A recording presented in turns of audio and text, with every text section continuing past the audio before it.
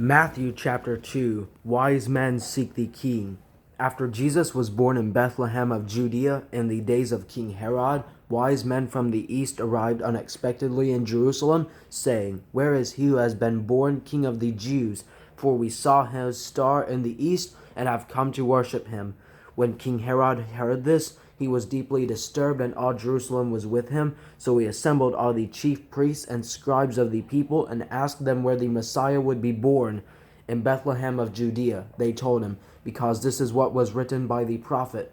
And you, Bethlehem, in the land of Judah, are by no means least among the leaders of Judah, because all out of you will come a leader who will shepherd my people Israel."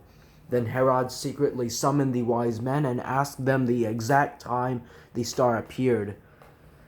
He sent them to Bethlehem and said, "Go and search carefully for the child. When you find him, report back to me so that I too can go and worship him."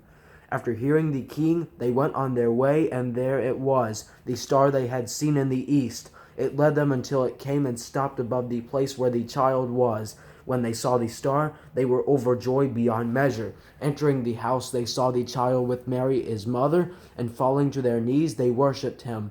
Then they opened their treasures and presented him with gifts, gold, frankincense, and myrrh.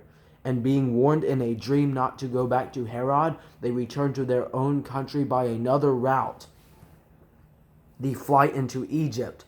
After they were gone, an angel of the Lord suddenly appeared to Joseph in a dream, saying, "Get up, take the child and his mother, flee to Egypt and stay there until I tell you, for Herod is about to search for the child to destroy him."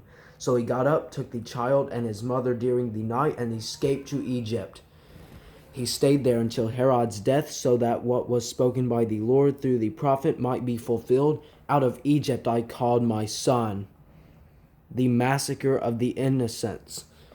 Then Herod, when he saw that he had been outwitted by the wise men, flew into a rage. He gave orders to massacre all the male children in and around Bethlehem who were 2 years old and under, in keeping with the time he had learned from the wise men. Then what was spoken through Jeremiah the prophet was fulfilled.